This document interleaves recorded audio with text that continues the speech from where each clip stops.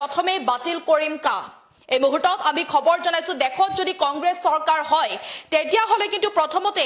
কা বাতিল কৰিব আৰু এই গুৰুত্বপূৰ্ণ এটা মন্তব্য কৰিছে গৌৰৱ গগৈ ইতিমধ্যে এই কথা উল্লেখ কৰিছে যে দেখত যদি কংগ্ৰেছ চৰকাৰ হয় তেতিয়া হলে কিন্তু প্ৰথমতে কা বাতিল কৰিব গৌৰৱ গগৈ এই মুহূৰ্তত আমি ফুল স্ক্ৰিনৰ জৰিয়তে খবৰ জনাবলৈ চেষ্টা কৰিম গুৰুত্বপূৰ্ণ খবৰ আমি আপোনালোকৰ মাজলৈকে লৈ আহিছো বিজেপি চৰকাৰক এতিয়া তীব্ৰভাৱে কটাক্ষ কৰিছে গৌৰৱ গগৈ আমি আপোনালোকক খবৰ জনাইছো বিজেপিক এতিয়া তীব্ৰভাৱে কটাক্ষ কৰিছে গৌৰৱ গগৈ বিজেপি চৰকাৰে নিজৰ সুবিধা গুৰুত্ব দিয়ে ৰাইজক বিপদত পেলায় আৰু এতিয়া এনেদৰে মন্তব্য কৰিছে গৌৰৱ গগৈ বিজেপিয়ে মাত্ৰ নিজৰ সুবিধা চাইহে উন্নতি কৰে আৰু এই মন্তব্য কৰিছে সাংসদ গৌৰৱ গগৈ ইতিমধ্যে এই মন্তব্য কৰা পৰিলক্ষিত হৈছে আমি আপোনালোকক জনাইছো কংগ্ৰেছৰ চৰকাৰ গঠন হলে প্ৰথমতে কা বাতিল কৰিব আৰু এতিয়া গুৰুত্বপূৰ্ণ মন্তব্য কৰিছে সাংসদ গৌৰৱ গগৈ আমি আপোনালোকক জনাইছো এই মন্তব্য কৰিছে গৌৰৱ গগৈ এতিয়া এই মন্তব্য কৰা পৰিলক্ষিত হৈছে আৰু মৈদাম ক্ষেত্ৰত বন্তি প্ৰজ্বলনেৰে দেখিবলৈ পোৱা গৈছে পূৰ্বপুৰুষক স্মৰণ কৰা পৰিলক্ষিত হৈছে গৌৰৱ গগৈ এতিয়া দেখিবলৈ পোৱা গৈছে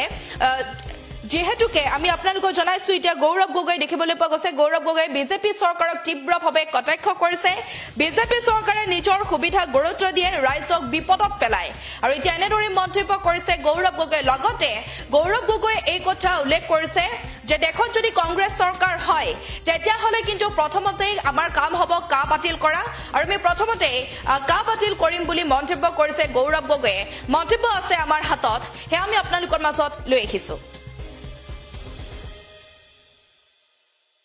আমি সকলোৱে পণ লৈছোঁ যে এটা আদৰ্শ ভিত্তিক ৰাজনীতি কৰিবলৈ আমি সকলোৱে ওলাই আহিছোঁ আমালোকৰ ৰাজনৈতিক প্ৰতিদ্বন্দ্বিতাসকলে বিভিন্ন ধৰণৰ তৰল মন্তব্য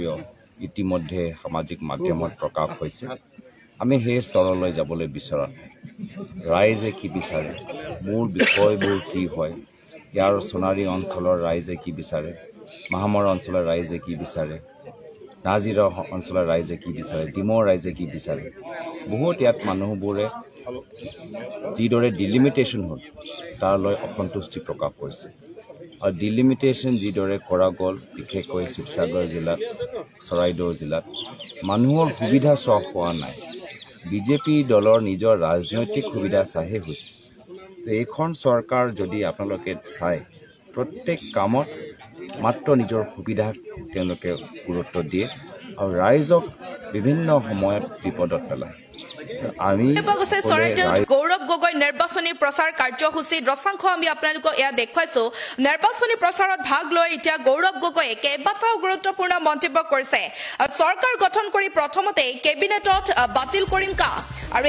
এনেদৰে এতিয়া মন্তব্য কৰিছে গৌৰৱ গগৈয়ে বিৰোধী প্ৰাৰ্থী তপন গগৈৰো আশু আৰোগ্য কামনা কৰিছে গৌৰৱ গগৈয়ে সুস্থ হৈ প্ৰচাৰত ভাগ লোৱাৰ আশা ব্যক্ত কৰিছে গৌৰৱ গগৈয়ে তপন গগৈ মোতকৈ জ্যেষ্ঠ গতিকে মই তেখেতক সন্মান কৰোঁ এনেদৰে এতিয়া গৌৰৱ গগৈয়ে এই কথা উল্লেখ কৰিছে চৰাইদেউত গৌৰৱ গগৈ নিৰ্বাচনী প্ৰচাৰ কাৰ্যসূচী নিৰ্বাচনী প্ৰচাৰত ভাগ লৈ কেতবোৰ গুৰুত্বপূৰ্ণ মন্তব্য কৰিছে গৌৰৱ গগৈয়ে চৰকাৰ গঠন কৰি প্ৰথমে কেবিনেটতে বাতিল কৰিম কা আৰু এনেদৰে এতিয়া মন্তব্য কৰিছে গৌৰৱ গগৈ বিৰোধী প্ৰাৰ্থী তপন গগৈৰো আশু আৰোগ্য এতিয়া কামনা কৰিছে গৌৰৱ গগৈ সুস্থ হৈ প্ৰচাৰত ভাগ লোৱাৰ আশা ব্যক্ত কৰিছে গৌৰৱ গগৈয়ে তপন গগৈ মোতকৈ জ্যেষ্ঠ গতিকে মই তেখেতক সন্মান কৰোঁ আৰু এনেদৰে এতিয়া মন্তব্য প্ৰকাশ কৰিছে গৌৰৱ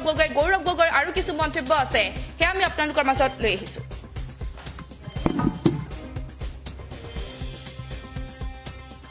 আমি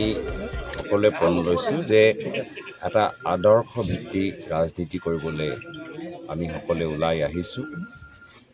আমালোকৰ ৰাজনৈতিক প্ৰতিদ্বন্দ্বিতাসকলে বিভিন্ন ধৰণৰ তৰল মন্তব্য ইতিমধ্যে সামাজিক মাধ্যমত প্ৰকাশ হৈছে আমি সেই স্তৰলৈ যাবলৈ বিচৰা নাই ৰাইজে কি বিচাৰে মূল বিষয়বোৰ কি হয় ইয়াৰ সোণাৰী অঞ্চলৰ ৰাইজে কি বিচাৰে মাহমৰ অঞ্চলৰ ৰাইজে কি বিচাৰে নাজিৰা অঞ্চলৰ ৰাইজে কি বিচাৰে ডিমৰ ৰাইজে কি বিচাৰে বহুত ইয়াত মানুহবোৰে যিদৰে ডিলিমিটেশ্যন হ'ল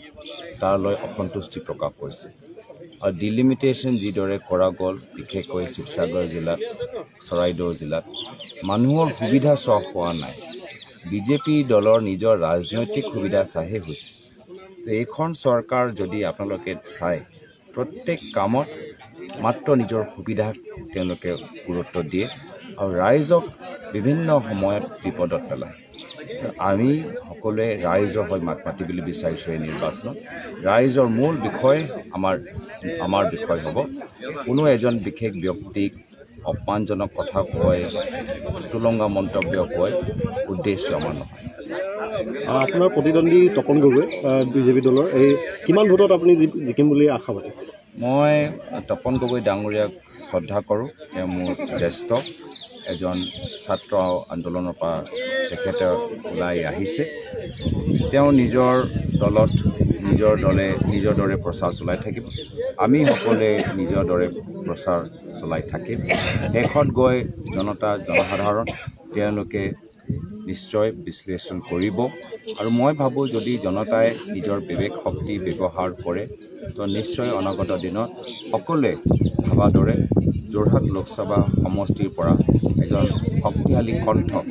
আপোনালোকে দিল্লীত সদনত শুনা পাব। আপোনাৰ প্ৰথম আপোনাৰ নিৰ্বাচনৰ ইচ্ছুক কি হ'ব পাৰে? ৰাইজক কি হিচাপে আপুনি আশ্বস্ত কৰিব বিচাৰিব এইবাৰ?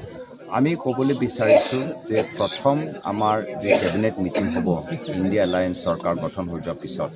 প্ৰথম কেবিনেট মিটিঙৰ ভিতৰতে আমি